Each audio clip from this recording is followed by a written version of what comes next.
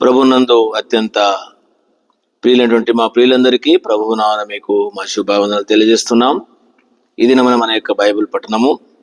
పరిశుద్ధ గ్రంథం బైబిల్ను ఆధారం చేసుకొని ప్రసంగి గ్రంథము 7:8 కార్యారంభం కంటే కార్యాంతము మేలని ఈ భాగాన్ని అనుసరించి చివరి దినాల మనం ఏ విధంగా ఉంటున్నాము అనేటువంటి విషయాన్ని మన గ్రహింపులోనికి రావడానికి కొరకు బైబిల్ నుంచి కొన్ని విషయాలు మనం చూస్తూ ఉన్నాం. ఈ దినమున కూడా హోషేయ గ్రంథము 13వ అధ్యాయము మొదటి నుండి కొన్ని విషయాలు మనం తలచుదాం. ఇక్కడ కూడా ఎఫ్రాయిము మాట్లాడినప్పుడు భయము కలిగను, అతడు ఇశ్రాయేలు వారిలో తన్ను గొప్ప చేసుకునను, తరువాత బయలుదేవతలను బట్టి అపరాధి అయి అతడు నాశనం పొందెను. గమనించండి, అంటే ఎఫ్రాయిము మాట్లాడినప్పుడు భయం కలిగిందంట. అతడు ఇశ్రాయేలు వారిలో తను గొప్ప చేసుకుండంట. ఇశ్రాయేలు వారందరిలో కూడా ఏం చేసినాడంట? ఎఫ్రాయిము అనేటువంటి యొక్క ఈ సంతతి లేక ఈ వ్యక్తి ఏం చేసినాడంట? తన్ను తానే గొప్ప చేసుకున్నాడట. గొప్ప చేసుకుని తర్వాత బయలుదేవతలను బట్టి అపరాధి అతడు నాశనం పొందినాడు. తన్ను తాను ఈ దినాలలో కూడా ఎక్కడ చూసినా తన్ను తానే గొప్ప చేసుకునే వాళ్ళుగా ఉన్నారు. దేవుని యొక్క 7 సంఘముల్లో, కొత్త నిబంధన సంఘములో, ప్రకటన గ్రంథంలో రాయబడిన యొక్క 7 సంఘములలో చివరి సంఘము ప్రజా ఆధిక్యత అనే సంఘాన్ని గురించి మనకు తెలిసినటువంటి సందర్భం. ప్రకటన గ్రంథములో ఈ మాట లవోదికయ సంఘము అంటే ప్రజా ఆధిక్యత అనేటువంటి యొక్క మాటను గురించిన యొక్క విషయం, ప్రజా ఆధిక్యత అనేటువంటి మాట. కాబట్టి గమనించండి, ప్రకటన గ్రంథము 3వ అధ్యాయం 14వ వచనంలో 7వ సంఘం లవోదికయ సంఘం దూతకి ఇలాగ, లవోదికయ అంటే ప్రజా ఆధిక్యతలు అంటే గొప్పలు కోరుకుంటారు. ఆధిక్యతల కోరిక ఈ దినాల్లో సంఘాలు ఎక్కడ చూసినా మనకి ఏం కనబడుతుందంటే ఆధిక్యతలు, అధికారాలు కావాలి. ఎందుకు ఈ కలవరం అంటే నాకు రాలేదే ఆధిక్యత, నా అధికారం ఏంది, నా అధికారం ఏది అని చెప్పేసి ఈ అధికారాల కొరకు తనకు అధికారం లేకపోతే సంఘమంతా జరగొడతాడు, మిగతా వాళ్ళంతా పాడు చేస్తారు. అందుకనే ఎఫ్రాయిం అటువంటి ఈ సంతతి ఏం చేస్తారంట? ఆశ, భయం కలిగిందంట. ఇది కూడా భయకంపితటువంటి వాతావరణం. ఈ దినాలలో కూడా ఈ ఆధిక్యతలు కోరుకునేటువంటి వారు ఉంటే సంఘాలలో కానీ ఎక్కడ కానీ నష్టాన్ని వెనుకుంటాం. అందుకని ఏమంటే తను తాను గొప్ప చేసుకున్నాడు. నీకు నీవే పొగుడుకుంటావు, నీకు నీవే గొప్ప చేసుకుంటావు, ఇతరులు పొగడిన అవసరం లేదు, తను తాను. అందుకనే వారు తరువాత బయలుదేవతను బట్టి అపరాధి అయి అతడు నాశనం పొందినట్టు. చివరికి వచ్చిన ఇంకేమైంది? తన యొక్క గొప్పతనము, తన యొక్క అధికారం అంతా కూడా నాశనానికి. ఎందుకంటే బయలుదేవతలను బట్టి అపరాధులైందంట. 2వ వచనంలో వారు పాపము పెంపు చేయుదురు, తమకు తోచినట్లు వెండితో విగ్రహములతోనూ పోతబోయుదురు, అదంతయు పనివారు చేయు పని. ఈ భాగం అంతట్లో చూస్తే కూడా వారు విగ్రహాలను పోతబోసుకొని దేవుని విడిచిపెట్టినారు. బైబిల్ ప్రకారంగా, ధర్మశాస్త్ర ప్రకారంగా ఏ విగ్రహాన్ని చేసుకోకూడదు, దయచేసి గమనించండి ప్రియులారా. ఇది ఇశ్రాయేలు యొక్క రాజుల యొక్క చరిత్ర. నేను ఇంతకు ముందు కూడా మీకు గుర్తు చేస్తూ వచ్చినాను. 2వ రాజుల గ్రంథము 17, 18 అధ్యాయాలలో ఈ విషయాలను గురించి చాలా వివరంగా ఉంటుంది. అందుకొరకనే ఇశ్రాయేలు యొక్క ప్రజలు వారు ఏం చేశారంటే వెండితోటి విగ్రహాలను చేసుకున్నారు, దేవుని విడిచిపెట్టేసి వాటిని ముద్దాడుతూ ఉన్నారు. చూడండి, గమనించండి, నేను చదువుతున్నాను, గమనించండి. 2వ రాజుల గ్రంథము 17వ అధ్యాయము, 2వ రాజుల గ్రంథము 17, 16 నుండి ఇంకా దానికంటే ముందు కూడా ఈ విషయాలు అవసరం. నేను పోయిన భాగంలో కొన్ని విషయాలు, దర్శనాలను గురించి కొన్ని విషయాలు గుర్తు చేసినాను. దేవుడు వారికి ప్రవక్తల ద్వారా దర్శనం ఇచ్చినా కూడా వాళ్ళు వినలే. దయచేసి గమనించండి, ఆ భాగాన్ని ఇక్కడ కూడా నేను పూర్తి చేయాలని తలస్తున్నాను. 2వ రాజుల గ్రంథము 17వ అధ్యాయము 13 నుంచి, అయినను మీ దుర్మార్గములు విడిచిపెట్టి నేను మీ పితరులకు ఆజ్ఞాపించినట్టు నా సేవకులకు ప్రవక్తల ద్వారా మీకు అప్పగింపబడినట్టు ధర్మశాస్త్రం బట్టి నా ఆజ్ఞలను కట్టడలను అనుసరించుడని సెలవిచ్చి ప్రవక్తలందరి ద్వారాను దీర్ఘదర్శకుల ద్వారాను యెహోవా ఇశ్రాయేలు వారికి యూదా వారికి సాక్ష్యం పలికించినను. గమనించారు, అక్కడ దర్శనాలను గణించినట్టు దేవుని దాసులను పంపితే ఏమన్నారు?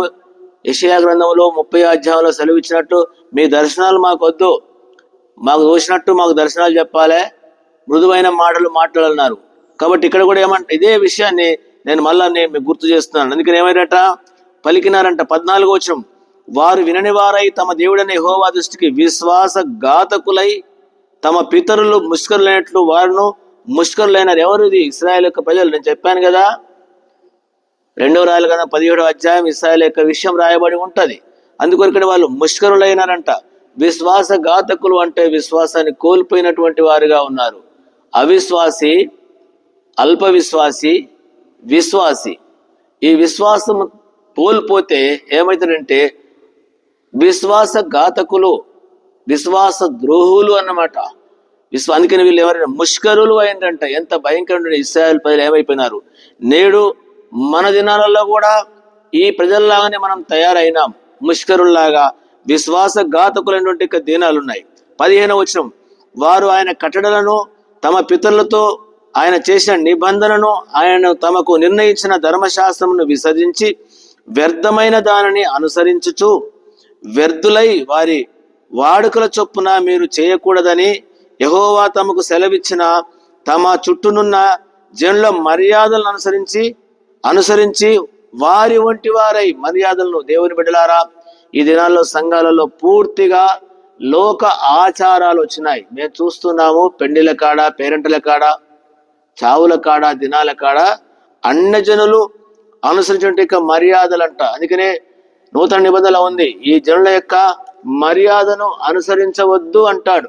రోమా పత్రికలో ఈ విధంగా వ్రాయబడి ఉంటుంది. 12వ అధ్యాయం రోమా పత్రిక 12. ఈ దినాలలో సంఘాల్లో ఉన్నటువంటి సేవకులు, సంఘాలు నడిపించే సేవకులారా, సంఘాలను నడిపించేటువంటి పరిచారకులారా, పెద్దలారా, బాధ్యత గల వారులారా, ఏ విధంగా నీ సంఘాన్ని నువ్వు నడిపిస్తున్నావు, ఏ విధంగా ఉంటున్నాం గమనించండి. నేను చదువుతున్నాను రోమా పత్రిక 12వ అధ్యాయంలో అంటాడు, కాబట్టి సహోదరులారా, 2వ వచనం, మీరు ఈ లోక మర్యాదను అనుసరింపక ఉత్తమమును అనుకూలమును సంపూర్ణమై ఉన్న దేవుని చిత్తమేదో పరీక్షించి తెలుసుకున్నట్లు మీ మనసు మారి నూతన మగుట వలన రూపాంతరము పొందండి. గమనించండి, ఏమైనట ఈ లోక మర్యాదను ఇజ్రాయెల్ ప్రజలు ఏమైపోయినారు, ఈ లోక మర్యాదను అనుసరిస్తూ వచ్చినారు. ఈ దినాల్లో సంఘాల్లో ఏమున్నాయి, ఇది నేను వివరంగా పూర్తి చేయలేకపోతున్నాము, మీరు జాగ్రత్తగా గమనించండి. ఎవరైనా పరిచర్య చేసే వాళ్ళు కానీ, సేవకులు కానీ, పెద్దలు కానీ మీ సంఘాలలో ఈ లోక మర్యాదను ఎక్కడ చూసినా ఇదే కనబడతా ఉంది. ఇది బాధకరమైన విషయం. అందుకనే వారి వాడుక చొప్పునంట, ఎవరి వాడుక ఏ జనుల మధ్యలో ఉన్నారో వారి పద్ధతులు వచ్చేసినాయి. నామకార్థ క్రైస్తవుల యొక్క పద్ధతులు వచ్చేసినాయి, లోక ఆచారాల పద్ధతులు వచ్చినాయి. లోక ఆచారాల పద్ధతులు, పెళ్లిళ్ళ కాడికి వస్తే పూర్తిగా లోకం లోకం లోకం, మళ్ళీ ఏదో ప్రమాణాలు చేపిస్తా ఉంటారు. క్రైస్తవుడు వాక్యం చెప్తా ఉన్నాడు. సేవకులారా జాగ్రత్త గమనించండి, ఇట్లాంటి పరిస్థితులలో ఉన్నామని ఎరగవలసిన వారు. ఈ లోక జనుల మర్యాద అంటే ఇదంతా ఎవరంటే విశ్వాసఘాతకులు చేసే పని సేవకులు చేస్తా ఉన్నారు. చాలా బాధకరమైన విషయాలు చూస్తున్నాం. ఎక్కడ చూసినా సంఘాలలో ఇదే చేసుకుంటూ కూర్చున్నారు. అందుకని గమనించి జనుల మర్యాదల చొప్పున అనుసరించేవారైరి. 16వ వచనము 2వ రాజుల గ్రంథము 17:16, వారు తమ దేవుడైన యెహోవా ఆజ్ఞలన్నిటిని అనుసరింపగా పోత విగ్రహములైన 2 దూడలను చేసి దేవతా స్తంభములను నిలిపి ఆకాశ సమూహమునకు అనుసరించి బయలుదేవతను 2 విగ్రహాలు అంటే ఈ రోజుల ట్రస్టీ సొసైటీ అనేటువంటి ఈ 2 విగ్రహాలను పెట్టుకొని ప్రజలు పూజిస్తా ఉన్నారు. 2 విగ్రహాలట. వీళ్ళు కూడా ఏం పెట్టుకున్నారంటే 2 దూడలు ఆయన కూడా పెట్టినాడు. బేతేల్లో ఒకటి, దానిలో కూడా పెట్టినాడు. యెరోబాం గురించినటువంటి విషయాలు ఇవన్నీ కూడా. కాబట్టి ఈ దినాలలో ఇవి పట్టుకొని నిజమైన దేవుని ఆజ్ఞలు మర్చిపోయినటువంటి వారు ఉంటే ఈ విషయాన్ని ఎరగండి. 17వ వచనం, మరియు తమ కుమారులను కుమార్తెలను అగ్నిగుండం కూడా దాటించి శకునములను చిల్లంగితనమును వాడుక చేసుకొని యెహోవా దృష్టికి చెడుతనము చేయుటకై తమను తాము అమ్ముకొని ఆయన కోపం పుట్టించిరి. కాబట్టి యెహోవా ఇశ్రాయేలు వారి యందు బహుగా కోపగించి తన సముఖములో నుండి వారిని వెళ్ళగొట్టిన గనుక యూదా గోత్రము గాక మరి ఏ గోత్రము శేషించి ఉండలేదు. 19వ వచనం, అయితే యూదా వారును తమ దేవుడైన యెహోవా ఆజ్ఞలను విడిచి పెట్టిన వారై ఇశ్రాయేలు వారు చేసినట్టు కట్టలను అనుసరి వాళ్ళు చేయలేదంట. గోత్రం వారి కొరకు ఉన్నది. 20వ వచనం, అంతటా యెహోవా ఇశ్రాయేలు వారి సంతతిని వారందరిని విసర్జించి వారిని శ్రమపెట్టి దోపుడుగాండ్ల చేతికి అప్పగించి వారిని తమ తమ సమ్ముఖం నుండి వెళ్ళగొట్టెను. గమనించండి ప్రియులారా, ఎక్కడికి వెళ్ళగొట్టాడు? అషూరు దేశానికి వెళ్ళగొట్టినాడు. దయచేసి గమనించవలసిన విషయం ఏంటంటే, మనం చదువుకుంటే హోషేయ గ్రంథము 13వ అధ్యాయంలో ఎందుకు వారికి ఈ స్థితి ఏర్పడింది అని అంటే, వారు దేవుని విడిచిపెట్టేసి వెండితో చేసుకుంటే విగ్రహాలను మనం చదివినాం కదా, 2వ రాజుల గ్రంథం చేసిన కారణాన్ని బట్టి వారిని హింస, నిందే, అవమానానికి వచ్చాను. కాబట్టి జనుల యొక్క దోషాన్ని అనుసరించొద్దు. వారు ఏ విధంగా ఉంటారో కొన్ని విషయాలు నేను మీకు గుర్తు చేస్తున్నాను, గమనించండి. ఎట్లాంటి వాళ్ళు? ఈ అన్యజనుల యొక్క ఆచారాలను, పద్ధతులను అనుసరించి దేవుని యొక్క విధానం తప్పేటువంటి వాళ్ళు. ఈ దినాల్లో కూడా మన సంఘాల్లో ఆ విధంగా ఉన్నటువంటి వారు కూడా గుర్తుపెట్టుకోవాలి. ఇశ్రాయేలు తప్పిపోయినారు. ఈ దినాల్లో మన యొక్క సహవాసం సంఘములో ఏదైతే దైవజనుడు భక్సింగ్ గారి ద్వారా ఏది నిర్ణయించబడి తెలుసుకున్నామో మనము, ఆ యొక్క దైవిక క్రమాన్ని విడిచిపెట్టేసి అన్యజనుల యొక్క ఆచార పద్ధతులు చేస్తున్నటువంటి విషయాలు ఉంటే ఈ విధంగా పోల్చబడతారు.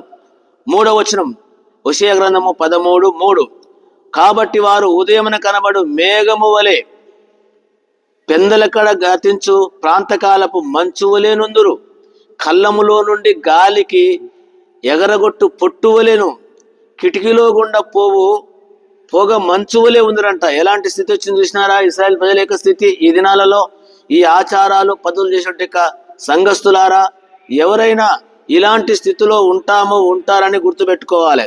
4వ వచనం, మీరు ఐగుప్తు దేశం నుండి వచ్చినది మొదలుకొని యెహోవానగు నేనే మీ దేవుడను, నన్ను తప్ప నీవు ఏ దేవుని ఎరగవు, నేను తప్ప ఏ రక్షకుడు లేడట. చూసినారా?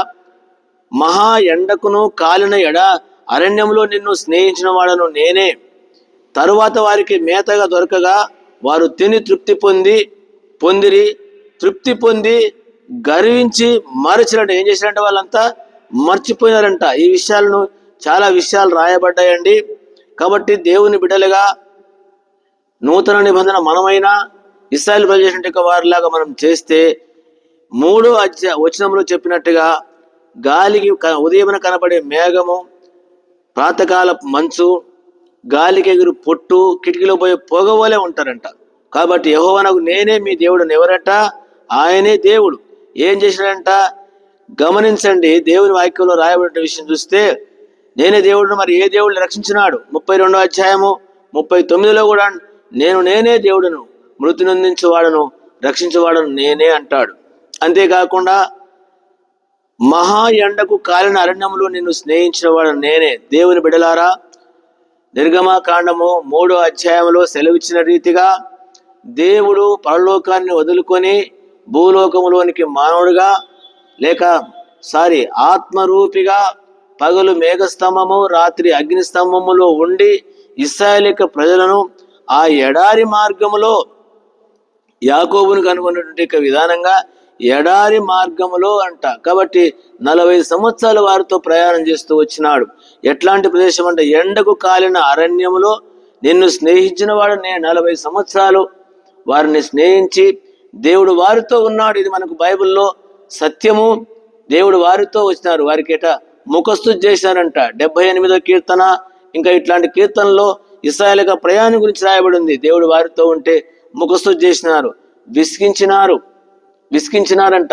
ఎడారిలో ఎండిపోయిన ఎడారిలో వారికి పగలు మేఘస్తంభముగాను, రాత్రిలో అగ్నిస్తంభముగా వేడిగా ఉండడానికి, చల్లగా ఉండడానికి నడిపిస్తే దేవునికి చేసినట్టు ద్రోహం ఇదేనా? నేడు తిరిగి నూతన నిబంధన యొక్క సంఘముగా దేవుడు మనల్ని రక్షించినాడు.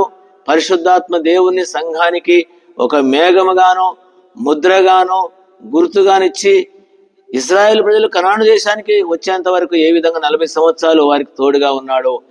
రక్షించబడి మనకు సంఘాలకు పరిశుద్ధాత్మ దేవుణ్ణి మేఘముగానిచ్చినాడు. గొప్ప సాక్షి సమూహముగా మనకిచ్చి నడిపిస్తున్నాడు. నీవు నేను ఏ విధంగా ఉంటాం? ఈ విధంగా ఉంటే దేవుడు విరోధి అయి ఆయనే తర్వాత మనం చూస్తాం. ఎందుకంటే కాబట్టి నేను వారికి సింహం వంటి వాడిని అవుతాడట, చిరుతపులు వంటి వాడు అవుతాడట. అంతేకాదు వారు పొంచినట్టు వారికి ఏం చేస్తాడు? నష్టం కలిగిస్తాడు. 8వ వచనం, పిల్లలు పోయిన ఎలుగుబంటి ఎలుగుబంటి ఒకటి మీద పడినట్టు నేను వారి మీద పడి వారిని రొమ్మును చీల్చివేయుదును.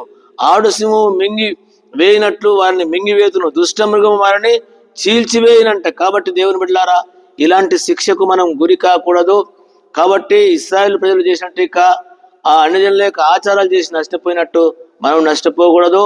అంతేకాదు, నూతన నిబంధనలో ఉన్నటువంటి వారు కూడా రక్షించబడ్డ మనము తిరిగి సంఘాలు అన్యజనులతో కలిసిపోయినట్టుగా ఈ దినాలలో కూడా అన్యజనులతో కలిసిపోయినట్టు పద్ధతులు ఉన్నాయి. వాటిలో నుంచి మనము ప్రత్యేకించబడదాం. దేవుని ఉగ్రతకు మనము తప్పించుకొని ఆయన వైపు మళ్ళితే ఆయన కనికరిస్తాడు. బైబిల్లో రాయబడ్డ మనకు తెలుసు, ఆయన దయగలిగినటువంటి దేవుడు, కనికరం కలిగినటువంటి దేవుడు, అత్యంత కృపగలిగినటువంటి దేవుడిగా ఉంటున్నాడు. ఈ మాటలు మనం జ్ఞాపకం పెట్టుకుందాం. మన దేవుని వైపు మనము తిరుగుదాం. నిర్గమకాండము 33లో ఒక వచనం చదువుతాను. దేవుని బిడ్డలుగా మనం ఆయన శిక్షకు పాత్రలం కావద్దని దేవుని దాసులముగా ఈ మాటను నేను మీ గ్రహింపులను తీసుకొని వస్తున్నాను. ఇలాంటి దినాలలోనే మనము ఉన్నామండి. ఎక్కడ చూసినా క్రైస్తవ సంఘాలలో అన్య ఆచారాలు, అన్య పద్ధతులు వచ్చేసి నష్టపోతున్న దినాల్లో ఉన్నాము.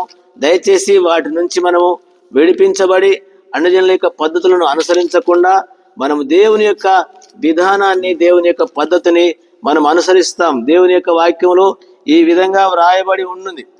నిర్గమకాండము 33 అధ్యాయము 33 గమనించండి. 13 నుంచి నీ కటాక్షం నా ఏళ్ళ కలిగిన ఎడల ఆయన ఎన్నటిని తోడను. గమనించండి, ఇక్కడ రాయబడినటువంటి విషయం ఏంటంటే దేవుడు దయగలిగినటువంటి వాడు. 34 అధ్యాయము 6వ వచనం 5లో కూడా ఏమంటదంటే, మేఘములో యెహోవా దిగి అక్కడ అతనితో నిలిచి యెహోవాను నా నామం ప్రకటించదను. అతని ఎదుట యెహోవా దాటిపోతుండగా యెహోవా కనికరమును, దయ, దీర్ఘశాంతము, విస్తారమైన కృపా సత్యములు గల దేవుడైన యెహోవా ఆయన 1000 మందికి కృపను చూపును. దోషమును, అపరాధమును, పాపమును క్షమించును గాని ఆయన ఏ మాత్రమును దోషులను నిర్దోషులుగా ఎంచక 3-4 తరముల వరకు తండ్రుల దోషమును కుమారుల మీదకిని రప్పించండి. కాబట్టి గమనించండి, ఆయన అత్యంత కృపగల దేవుడు. ఈ విషయాన్ని ఎరిగినట్టు మనము ఆయన కృపకు, ఆయన దయకు మనము పాత్రులంగా జీవిస్తాం. శిక్షించ పాలు కావద్దని ఈ యొక్క సమయంలో ప్రభునామమున మీకు మనవి చేస్తూ, ఇలాంటి పద్ధతుల్లో కనుక ఉన్నట్లయితే మనము తప్పించబడి ఆయన కనికరాన్ని కోరి ఆయన బిడ్డలుగా జీవిస్తాము. ఆ విధంగా ప్రభు మనకు సహాయపడిన గాక. ప్రియమైన తండ్రి, బాగా దీవించమని ఇచ్చింది కొంచెం చెల్లి చేడుకుంటున్నాను తండ్రి. ఆమెన్. మన తండ్రి దేవుని యొక్క ప్రేమ, మన ప్రభువైన యేసుక్రీస్తు కృప, పరిశుద్ధాత్మ సహవాసం చేయడం మనల్ని తోడై ఉండును గాక. ఆమెన్. Praise lord. మీ అందరికీ ప్రభునామమున వందనాలు.